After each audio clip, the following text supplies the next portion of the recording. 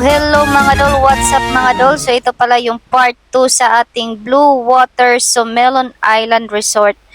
So makikita nyo dyan mga dol, may kasama akong pagod dahil yan sa travel ng bus kanina. So habang naghihintay kami mga dol, nandito lang kami sa waiting area kasi hindi pa nag-o-open yung front desk mga dol. Naghihintay kami na makapag-register. Dahil maaga naman kami dumating mga dol, is naghihintay lang muna kami, nag-chill lang muna kami, nag-o-online, checking our messages sa Messenger, kung meron bang naghahanap sa amin o wala. Pero I think wala naman. Mga dol, i-fast forward ko lang to para madali. So makikita nyo dyan mga dol, nilapitan na kami ni Kuya Guard para sabihin sa amin na pwede na kami makapag-register.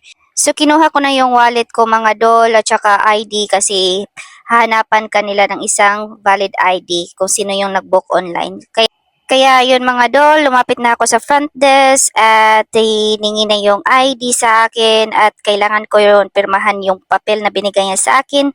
Ilagay ko lang yung pangalan ko dyan, yung gender at saka yung phone number at yung pangalan ng kasama ko. So, fast forward ulit mga dol. So, pagkatapos ko pirmahan yung papel sa mga information namin, binigay ko na yung driver's license ko at saka debit card ko. Tumatanggap pala sila ng debit card or credit card, saka cash. See you sa part 3 natin mga dol. Thank you for watching!